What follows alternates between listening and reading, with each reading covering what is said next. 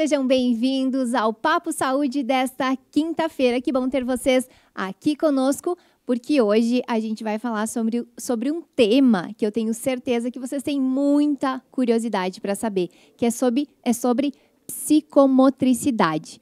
E quem vai falar sobre esse tema aqui hoje com a gente no Papo Saúde aqui da NGTV é ela, a Marcele Lacorte, ela que é fisioterapeuta, ela também é mestre em envelhecimento humano, ela é proprietária da Fanfísio. Então, Marcele, seja muito bem-vinda ao Papo Saúde. Muito obrigada, Alessandra. Boa noite aos telespectadores. É um prazer estar aqui para contribuir um pouquinho, né? E, inicialmente, eu queria te dar um presente, que é um livro para pais de autistas, onde eu contribuí com um capítulo falando do corpo da criança. E é um livro onde diferentes profissionais da área de desenvolvimento infantil escreveram diretamente para pais de autistas. E também um relato de algumas mães para uma troca de informações de uma forma mais tranquila e calma, né, no momento que a gente vê esse número de autistas aumentando. Com certeza a gente vai falar no finalzinho um pouquinho sobre essa questão do autismo e como a psicomotricidade trabalha, né, com os autistas. Agradeço muito. O livro é Pais de Autistas, Acolhimento, Respeito e Diversidade. Muito obrigada, Marcele. Para a gente começar o nosso papo, vou deixar o livro aqui para que depois a gente fale um pouquinho também sobre esse tema.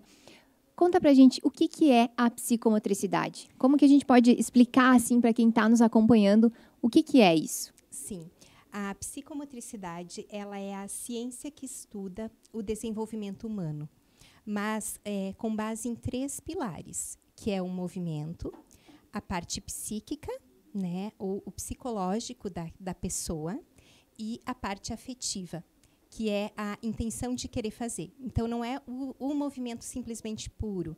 A gente vai ter uma intenção de fazer, a vontade de fazer.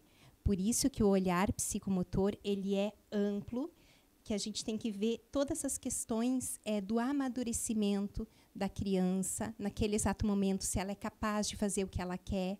Então, é uma ciência muito bonita, porque desde o início do nosso desenvolvimento, a gente não é somente o corpo, né, músculos, a gente tem toda uma intenção por trás de cada ação que a gente quer que o corpo execute. A Marcele, nós já estávamos conversando ali antes do programa começar, já me comentou, né, que trabalha muito especificamente com crianças, mas também a psicomotricidade pode ajudar adultos e também idosos. E, de um modo geral, assim, Marcele, de que forma que ela contribui com a saúde? Bom, o nosso desenvolvimento, ele inicia na infância e ele é realmente a base de como seremos adultos. Então, se eu sou um bebê, que eu consigo me movimentar bem e expressar o que eu quero fazer com o meu corpo, eu serei um adulto mais confiante, tanto nas minhas atitudes e com o meu próprio corpo também. Então, dependendo de cada faixa etária que a pessoa se encontra, a psicomotricidade vai ter alguns benefícios. Por exemplo, nas crianças, a gente começa a descobrir o corpo e a crescer, e vai se desenvolvendo, então. Atividades como rolar, ela tem sentido quando eu quero chegar a algum determinado lugar. Então, a criança vai desenvolver o rolar, o sentar, o engatinhar. Tudo isso é base para quando ela cresce e ter força nos braços para poder desenvolver bem um esporte, para poder escrever. E, da mesma forma, em todas as etapas da vida, esse movimento vai ter um sentido e vai prepará-la para uma próxima etapa. Já que a Marcele falou sobre crianças, vamos entrar nesse tema, então? Uhum. Como que a psicomotricidade é trabalhada nas crianças e quais os benefícios que ela traz? Sim, então, a gente geralmente avalia a criança quando os pais identificam que há algum atraso. Ou os pais, ou os médicos, e geralmente, muito comum, professores. Então, por exemplo, eu tenho uma criança em idade escolar, de 6 e 7 anos, que já deve ter uma pinça mais elaborada, ou seja, a maneira que ela vai pegar o lápis. Então, a criança que pode apresentar um atraso nesse processo, dificuldade em realizar esses movimentos, pode ter tido uma lacuna no seu desenvolvimento lá atrás, ou seja, pode não ter engatinhado. Então, a gente faz uma avaliação psicomotora, que é uma série de testes, para comparar a idade cronológica da criança com a idade psicomotora que ela se apresenta. Muitas vezes, a criança com 7 aninhos pode apresentar motricidade fina de 5, por exemplo. Então, a gente avalia a motricidade fina, a motricidade global, o equilíbrio da criança, a noção de espaço, a noção de tempo, que é de ritmo, e a organização do próprio corpo dela, bem como a sua lateralidade. Então, são vários itens que fazem parte desse desenvolvimento. E, a partir dessa avaliação, a gente entra com o tratamento, dependendo de qual é o fator ali que apresentou atraso. Essas avaliações, Marcele, ela é feita por meio de testes, enfim, como que elas são feitas? Sim, a gente conhece a família. A história familiar ela é muito importante, porque a gente vai conhecer a criança. Porque cada criança tem um jeitinho. Tem crianças que são mais tímidas, tem crianças que são mais extrovertidas. Então, a partir daí, a gente já vai conhecendo como a criança é e faz uma série de testes que o psicomotricista aplica, né? Mas, ao longo do tratamento e desenvolvimento, a gente vai vendo, muitas vezes, que a criança conseguia fazer alguma habilidade que lá na frente ela escondeu por timidez. Então, por isso que a relação afetiva ela é muito importante durante todo o processo do tratamento. Você comentou, então, que talvez o processo de engatinhar possa fazer falta lá na frente. Mas como que eu faço para reverter isso? Tem como reverter? Sim, sim. Aí a gente faz todas as atividades utilizando muito brincar. A criança, ela precisa brincar.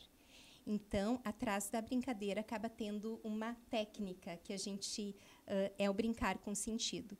Então, você vai rastejar com a criança, vai brincar de rolar, vai propor desafios, onde às vezes ela não sabe que é capaz de fazer, para ela aprender a usar aqueles grupos musculares que ela acabou não utilizando quando pequena.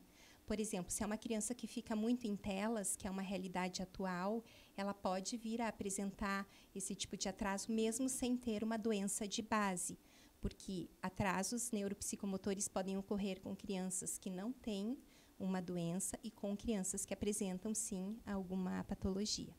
Quais que seriam as patologias mais comuns? Mais comuns, atualmente, o autismo. Ele tem aumentado muito o número de autistas, assim, gradualmente. Então, e a gente tem lutado, toda a comunidade assim, científica, em que se identifique precocemente os sinais, para que a criança ela não venha muito tarde buscar o tratamento. Realmente isso faz falta. Crianças que tiveram paralisia cerebral, por exemplo, né, que apresentam alguma distrofia muscular, que acontece com o tempo, algum outro tipo de doenças, até problemas respiratórios, muitas vezes, porque a criança acaba utilizando pouco os grupos musculares e se retraindo mais, limitando os movimentos, podem apresentar. Então, é um grupo grande de doenças que podem trazer o atraso. Ainda falando, né, nas crianças, como que se faz esse tratamento? Você falou que é muito brincando, né? Existe alguma outra forma de trabalhar a psicomotricidade nessas crianças? Sim, exercícios como circuitos, não como forma de brincadeira, também podem ser trabalhados, uma forma mais tradicional, digamos assim. Mas isso tem que ser abordado com a faixa etária que ela pode apresentar isso. Por quê? Atualmente, a gente fala muito que o reforço positivo para a criança é muito importante. Então, se eu estou brincando com a criança, para ela vai ser um tratamento mais leve do que colocar como se fossem exercícios mais tradicionais, militarizados, como a gente diz. Então, quando a criança é maior, sim, aí a gente pode utilizar esses recursos, que são mais rígidos, né? Qual seria, Marcele, a idade ideal para começar esse trabalho de psicomotricidade? Eu defendo que os bebês já têm que ser estimulados, né? Lá na clínica, a gente já começa o tratamento a partir de 1 mês, quando os pais, às vezes, identificam algumas questões mais limitantes, como, por exemplo, um refluxo ou um torcicolo congênito, porque tudo isso acaba, no futuro, desenvolvendo atraso no desenvolvimento da criança. Só que respeitando exatamente essa faixa etária. Então, a gente vai trabalhando com uma forma de estimulação precoce E na medida que a criança vai ganhando consciência do seu corpo, a partir de 2, 3 aninhos, a gente vai mudando o tratamento, incluindo outras brincadeiras. Nós conversávamos também antes que a pandemia, né, ocasionou muitos atrasos com crianças, enfim, de várias idades, né? Porque acabaram não conseguindo ir para a escola, muitas em fase de alfabetização também, né? E de que forma que quais foram os principais reflexos, né, da pandemia primeiro, e de que forma que a psicomotricidade pode auxiliar a tratar esses reflexos? Tá. O que eu observo como reflexos da pandemia? Primeiro, essa dificuldade de socialização das crianças, porque é através da socialização que a criança se desenvolve. Então, eu tenho percebido um comportamento de crianças mais introspectivas e que acabam não aprendendo a usar toda a potencialidade que tem do seu corpo. Por quê? Acabaram viciando mais em telas. A tela, hoje em dia, ela é um recurso maravilhoso porque ela dá muitos estímulos e a criança prefere a tela. Então, a gente percebe, além das alterações de comportamento, alterações posturais, como anteriorização da cabeça, dores que crianças não relatavam anteriormente, agora começam a relatar, e a ansiedade também, eu percebo que aumentou, e dificuldade mais de dormir, terror noturno, enfim. São questões que vieram mais afloradas assim depois da pandemia. Sobre as alterações posturais, né, que você comentou agora, o que elas podem ocasionar? Bom, você vai crescer com um corpo com desvios. E esses desvios, ao longo do tempo, eles vão causar dor. Então, o desvio mais comum é a anteriorização da cabeça e dos ombros, né? E então, se você começa a ter esses desvios na infância, você cresce assim na adolescência, adulto você já não vai mais ter qualidade. Só que o envelhecimento, ele tem aumentado na população, porque a gente tem mais tratamentos disponíveis. Então, você vai ter um idoso com menor qualidade física. Por isso que a base de todo o tratamento tem que iniciar na infância. E a adolescência, que também é uma idade boa de começar a trabalhar. E o que essas alterações influenciam na imobilidade do corpo? Muita coisa. Porque quando você começa uma imobilidade, por exemplo, vamos continuar falando de alteração de anteriorização da cabeça. Ela vai influenciar outras questões do teu corpo, como o fechamento do tórax. Então, até às vezes questões respiratórias, isso também influencia na autoestima, porque você pega pessoas mais introspectivas, o corpo fala, pessoas mais para frente, isso vai causando inibições. E assim, a perda de massa muscular, geralmente as pessoas acabam, quem tem alteração postural, que não gosta de olhar muito para si, estimular o corpo, acaba tendo um processo de atrofia muscular mais rápido, né? Então, acabam não explorando toda a potencialidade que tem. E sempre vai ter a dor associada. E como que ocorre essa limitação das potencialidades em se tratando dessas alterações? Com relação, assim, até ao desenvolvimento psicomotor, ou tanto quanto a alterações posturais, porque o corpo está muito relacionado uma coisa a outra. Hoje em dia é muito difícil você separar. Mas se eu pego uma criança e estou tratando uma criança que tem esse tipo de alteração, ela pode não entender que ela é capaz, por exemplo, de se vestir, de ter autonomia. Então, às vezes, a gente vê crianças mais velhas, com 8 anos, que não têm autonomia de se vestir, de escolher o que quer fazer, de escolher o que gosta, de amarrar o calçado, de organizar sua mochila, organizar o seu espaço, porque toda a parte organizacional também está vinculada ao amadurecimento. Então, quanto mais movimento eu faço, mais trabalho o meu corpo, mais o meu cérebro se aprimora. Então, tudo acaba se relacionando. A psicomotricidade, no fim, ela trabalha com o corpo, mas ela também trabalha com as questões de desenvolvimento emocional. Sim, com certeza. Isso é visível, por exemplo, se você, falando em crianças, eu vou trabalhar o grafismo, que é a disgrafia, que é a dificuldade que a criança tem de escrever.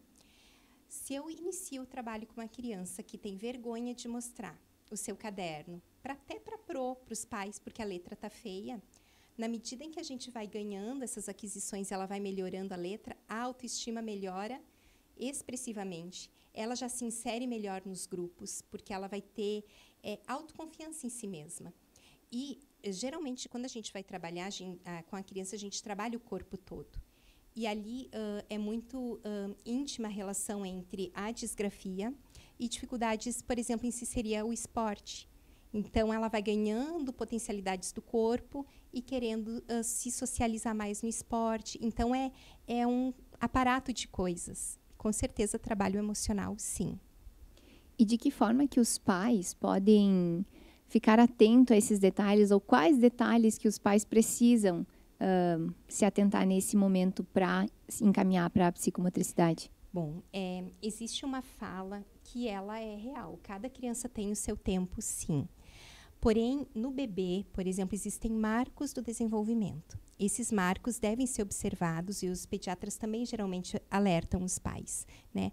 Que aos 3 meses sustentar a cabecinha, né? Aos 6 meses já tem que estar sentando, de 9 a 10 meses a criança já engatinha. E a criança, ela tem um tônus muscular, uma força. Então, cada etapa do seu amadurecimento, ela vai conseguir fazer determinados movimentos.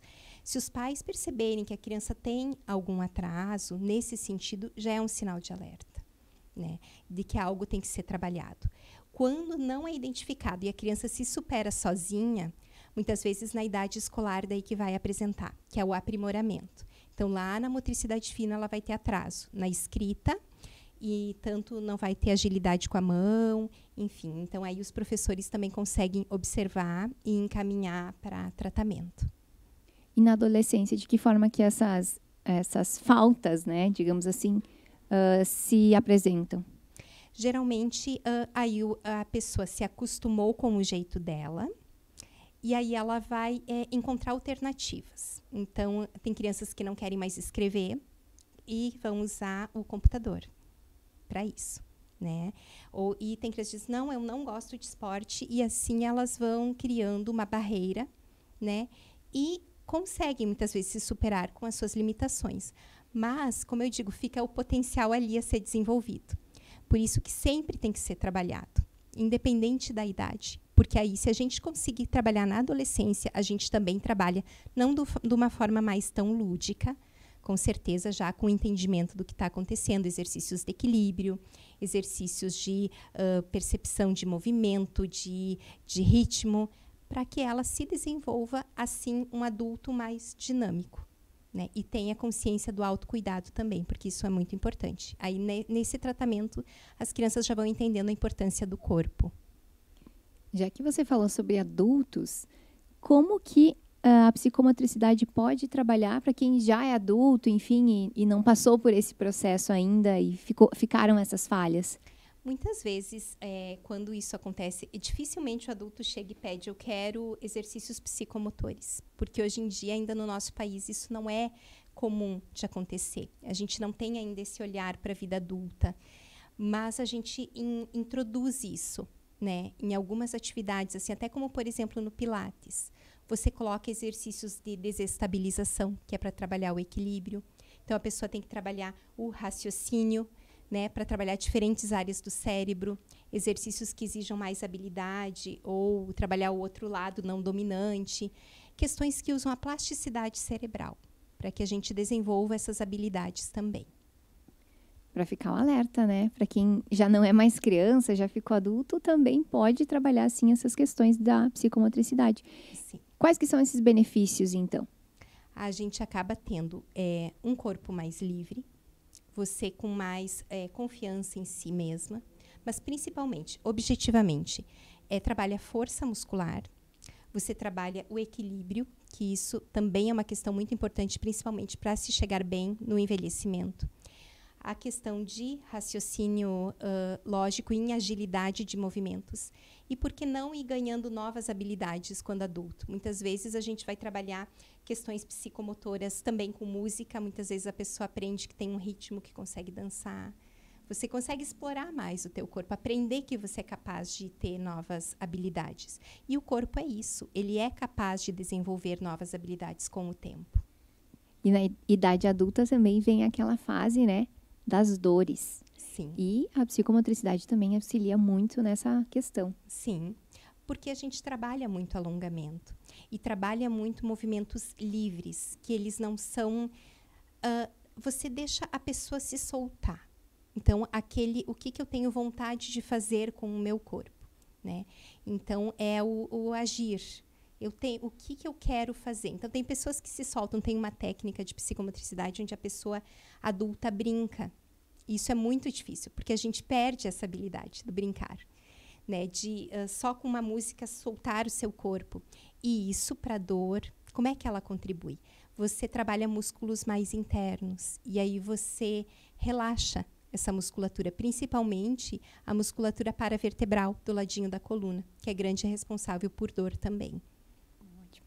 Se você precisar de algum adulto querer brincar, eu tenho uma filhinha de 2 anos e meio que me faz brincar o dia inteiro com ela. Então, que amor, então é isso. Eu sou expert mesmo. em brincadeiras.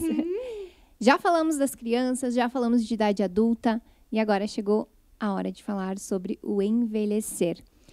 Para quem passa por todo esse processo, né, leva essas faltas, né, de desenvolvimento ao longo da vida, na terceira idade, né, na melhor idade, como se fala, ainda dá tempo de trabalhar isso também, né? Sim, de que forma? Nossa, então, o que acontece? O envelhecimento, a primeira característica é a perda de força muscular, de massa muscular. Esse é um processo chamado sarcopenia. É natural do envelhecimento. E ele inicia já antes dos 50, mas a partir dos 50, ele é evidenciado com maior força, digamos assim. E depois desse processo, a gente vai ter o quê? A perda do equilíbrio e vamos começar a ter mais fragilidades. Então, e com o tempo, você vai perdendo todas as aquisições que você ganhou quando era criança. Então, o que eu trabalhei lá? A motricidade fina vai perdendo, o idoso começa a ter mais dificuldade de lidar com os talheres, de poder usar, fechar botões, por exemplo, da sua camisa. A motricidade global, eu vou ter mais dificuldade, às vezes, de subir, de descer escadas, de atravessar uma rua. Equilíbrio também, né? Então, por isso, o aumento de quedas. Começa a perder a memória, que é a organização temporal. Então, a gente tem uma série de questões que vão se perdendo. Então, a gente tenta manter isso por mais tempo com os exercícios psicomotores. Porque hoje a gente tem idosos, mais idosos do que antigamente. E começou a se ter um olhar sobre essa questão agora. E como que se faz essa avaliação para saber exatamente o que a pessoa precisa? Aí a gente faz muito da conversa, do que a pessoa sente. E também a gente faz uma série de testes, mas aí mais de resistência muscular, diferente da criança. De equilíbrio, né, e de força. E aí a gente vai percebendo o que a pessoa precisa e qual é o nível que ela se apresenta. Se é um idoso saudável, se ele apresenta já Parkinson, Alzheimer. Então, tudo isso tem que ser adaptado à condição do idoso. E o trabalho da psicomotricidade, ela também previne essas questões do Alzheimer, enfim, do Parkinson? O Parkinson, o Alzheimer são doenças que podem ser hereditárias, né? Então, que o ser humano já pode apresentar. Mas a gente sabe que quanto mais você mantém o teu cérebro ativo, mais você pode realmente retardar esses efeitos. Então, se eu vou fazer um exercício com um idoso que está desenvolvendo uma demência, mas eu vou estimular ele a pensar naquele movimento ou em um novo exercício, eu já vou estar trabalhando as questões cerebrais. Isso pode amenizar, sim, a evolução da doença, né? Para quem já está nessa fase idosa, né, já está na melhor idade, você recomenda qual tipo, né, de atividade assim voltada à psicomotricidade? Olha, eu recomendo tem o dançar, que é maravilhoso. É uma atividade psicomotora porque você trabalha a parte psíquica, a parte afetiva e o ritmo, o movimento. Os próprios movimentos, os circuitos de subir e descer escada, você fazer determinados circuitos que exigem movimentos. Em casa, você pode fazer isso até adaptar, se tiver segurança, né? Você pode estimular, botar obstáculos no meio do caminho. Então, a pessoa vai fazer um movimento, vai trabalhar o equilíbrio ao mesmo tempo que está trabalhando a força. Tem uma série de adaptações que a gente pode trabalhar. Mas eu digo que quase todo movimento hoje ele é psicomotor. Então, a água é um excelente recurso, natação, hidroginástica, interação, fazer atividades em grupo, né? Estimular essas amizades. Então, o importante muito para o desenvolvimento psicomotor em qualquer idade é o ambiente, que a pessoa tenha alegria em executar aquela tarefa. A gente já vai falar sobre ambiente, mas antes eu queria falar um pouquinho sobre a questão do autismo, de como a psicomotricidade atua no autismo, de que forma que ela contribui. Esse é um tema muito importante, porque o comportamento do autista é ele se fechar muito em si. E aí, o que ocorre? Como ele acaba não interagindo com o outro, muitas vezes ele não aprende sobre o próprio corpo. Porque é na interação, por exemplo, quando você diz que você brinca com a sua filhinha, é uma interação. Quando você faz um movimento, ela vai ter um outro movimento como resposta ao teu. E ali ela vai se desenvolvendo. Então, o autista, muitas vezes, ele se fecha a ele. Então, na psicomotricidade com o autista, a gente tem que fazer todo um trabalho de vínculo afetivo, o que ele nos permite chegar e brincar, estimular a troca. É através dessa troca que ele começa a criar a personalidade de quem ele é, através da relação com o outro. Então, através de brincadeiras, você vai trabalhando também o movimento, a força do corpo, e, ao mesmo tempo, ele vai desenvolvendo quem ele é e aprendendo do que ele é capaz. Por isso que é muito importante. Às vezes, ele não sabe que ele é capaz de subir as escadas sozinho. E aí você vai estimulando e ele vai aprendendo, melhorando suas potencialidades. Só que isso é necessário para que ele consiga estimular suas atividades funcionais no dia a dia. Porque muitas vezes nós temos uma idade de ouro para trabalhar tudo isso, com a criança menorzinha. Alguns médicos dizem, né, os 1000 primeiros dias de vida são maravilhosos. É uma época de ouro, porque os neurônios estão, né, trabalhando e o cérebro também. E a gente tem essa idade que ela é muito importante para que a criança aprenda do que ela gosta. Então, a psicomotricidade ela entra não só na parte física, mas também na linguagem, nela se expressar, em ela começar a interagir. Por isso que no autismo ela é tão importante, porque ela trabalha muito a interação. E o autismo tem algumas especificidades também, né? Que é preciso ter muito cuidado no tipo de atividade que vai fazer. Tanto que a Marcele estava me contando antes que lá na clínica ela trabalha muito com autistas, né? Mas tem esse cuidado. Conta pra gente quais são esses cuidados que você tem especificamente. É que cada autista tem o seu jeitinho que a gente tem que respeitar, né? Que pode desorganizar e fazer com que ele fique nervoso, inicie os movimentos estereotipados, por exemplo, como se balançar ou girar, né? Então, por exemplo, se eu tenho uma criança que não gosta de barulho, inicialmente, antes de dessensibilizar essa questão, porque às vezes a gente vai colocando os barulhos aos pouquinhos, para que ela vá aprendendo, né? Mas a gente vai ter um ambiente mais acolhedor, menos barulhento. Se a criança não gosta do toque, você respeita também isso, né? Então, você vai começando entendendo como essa criança, quais são as preferências dela, para que a gente comece a trabalhar. Então, esse cuidado ele é importante, porque se eu inicio num ambiente barulhento, e uma criança que se sente hipersensível ao barulho, ela vai reagir de uma forma negativa. Isso vai marcar ela muito de uma forma que ela não vai mais querer se tratar. Então, a gente tem que cuidar isso também. Marcele, conta pra gente um pouquinho, então, sobre a Fanfísio, como que vocês trabalham, né, a psicomotricidade lá dentro da clínica. A Fanfísio, ela é uma clínica multidisciplinar.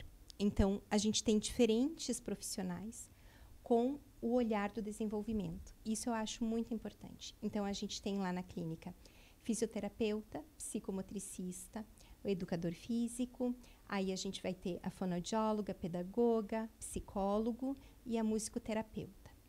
Então, se a gente tem um objetivo, por exemplo, que o primeiro é de integração social da criança, a gente conversa em equipe e vai escolhendo as técnicas que mais são necessárias naquele momento, para que a criança evolua. Então, isso é uma coisa importante, porque numa sessão você pode ter vários benefícios. Então, muitas vezes a gente trabalha a aprendizagem através do movimento, né? Então, na Fanfísio, a base principal é o movimento e a corporeidade, é o trabalho do corpo. E através desse corpo que eu vou estimular as outras áreas também. né? Então, para isso, a gente tem vários recursos, assim. Um deles que eu acho genial é a área externa, né? Grama, sol. Isso é muito importante, porque o movimento é muito simples. E com o tempo a gente perdeu. Os nossos ambientes estão mais fechados, né? As crianças estão mais fechadas em casa e acabam tendo esse local mais na escola ou praças. Então, ali a gente tem um ambiente seguro, ao ar livre. E também tem a piscina aquecida, que é um recurso muito bom, porque a água ela traz vários benefícios em uma única sessão, né? Na água você trabalha força, trabalha toque, porque diferenças de temperatura, você trabalha o medo, né? Você trabalha potencialidades, a autoestima, equilíbrio. Então, é uma sessão que acaba ficando bem completa, né? E aí a nossa visão é sempre ter esse olhar mais personalizado da criança e gradativamente inserir ela em grupos, que agora a gente vai começar, porque com a pandemia houve uma paradinha nessa questão. E agora está vindo, então, as novas crianças que passaram com os reflexos da pandemia, né? Então, a gente tem esse olhar de desenvolvimento global, que eu chamo. Muito bem. Estamos finalizando, então, o nosso programa. Quero deixar aqui a última pergunta, então, para a Marcele. Marcele, qual é a dica de ouro para que as pessoas possam trabalhar a psicomotricidade, seja, né, uma clínica com profissionais, ou seja, fazendo alguma atividade em casa, enfim, trabalhando isso no corpo, com a criança, com o adulto, com o idoso? Eu sempre digo que é o brincar e movimento livre. Movimento solto. Então, você que tem filhos, saia das telas e vai para o chão. O chão é maravilhoso, porque no chão você trabalha o rolar, no chão você tem o contato físico, porque você usa o teu corpo como um recurso afetivo e um recurso de movimento. E assim você vai trabalhando com o brincar e a diversão e o movimento do corpo, várias questões ao mesmo tempo. E tudo é muito simples, é que nem eu digo, não tem complexidade nisso. Se você observar os bichinhos brincando, também é assim, da natureza. A gente não pode perder essa essência. Então, é o conselho que eu deixo hoje. Quero agradecer, então, a Marcele por estar aqui conosco. A Marcele, que é fisioterapeuta, é proprietária da FanFisio. Então, se vocês precisarem desse trabalho, né, de psicomotricidade, enfim, a FanFisio está aí para atendê-los. Muito obrigada, Marcele, por estar aqui conosco. Eu que agradeço, mais uma vez. Espero ter contribuído e desejo que a gente tenha aí uma geração para frente, mesmo com todos os desafios que estão vindo, né? Que a gente vai superar, tenho certeza. Com certeza, obrigada também pelo presente, eu amei. Obrigada a você que esteve com a gente aqui no Papo Saúde, a nossa técnica, o Regison Cabeleireiros, que faz a nossa produção aqui do programa. Eu encontro você, então, no nosso próximo programa, no nosso próximo Papo Saúde, aqui na NGTV. Uma boa noite a todos.